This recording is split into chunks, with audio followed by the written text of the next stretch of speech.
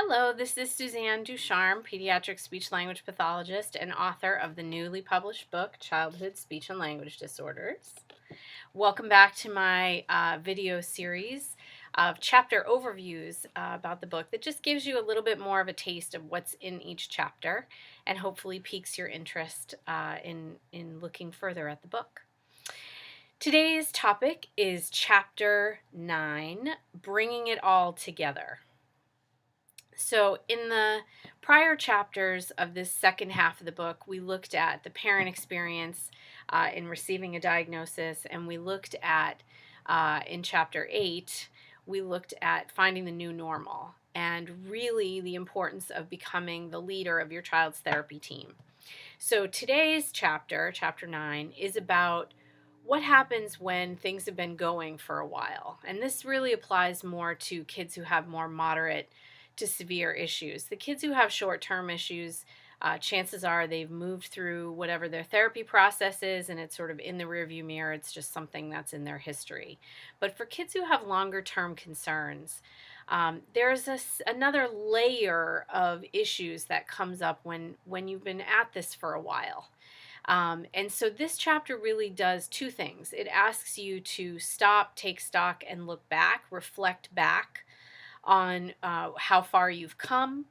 And it also asks you to project forward and start thinking about some of the bigger picture issues like educational placement and therapy burnout, which is something that can happen for kids who are in long-term intervention. They get really fried after a while, and there's some legitimate questions that you need to ask yourself as you figure out how to navigate those middle to later steps through the process.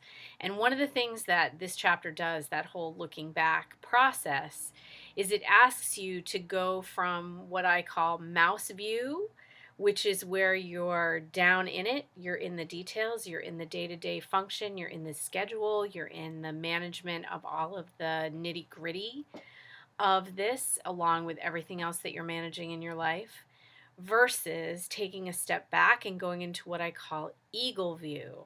Okay, the eagle has a much higher perspective and has an opportunity to take a look at the bigger picture.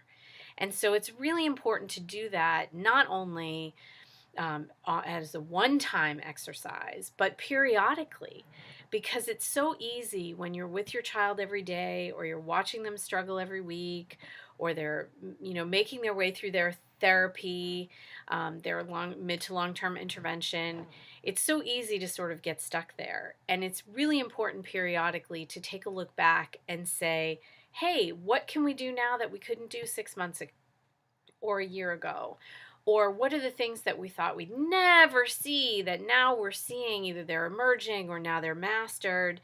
And it's so important to take that opportunity to really appreciate what your child has been able to do, because so much of the therapeutic process is focused on deficit and dysfunction. I see parents go through this a lot.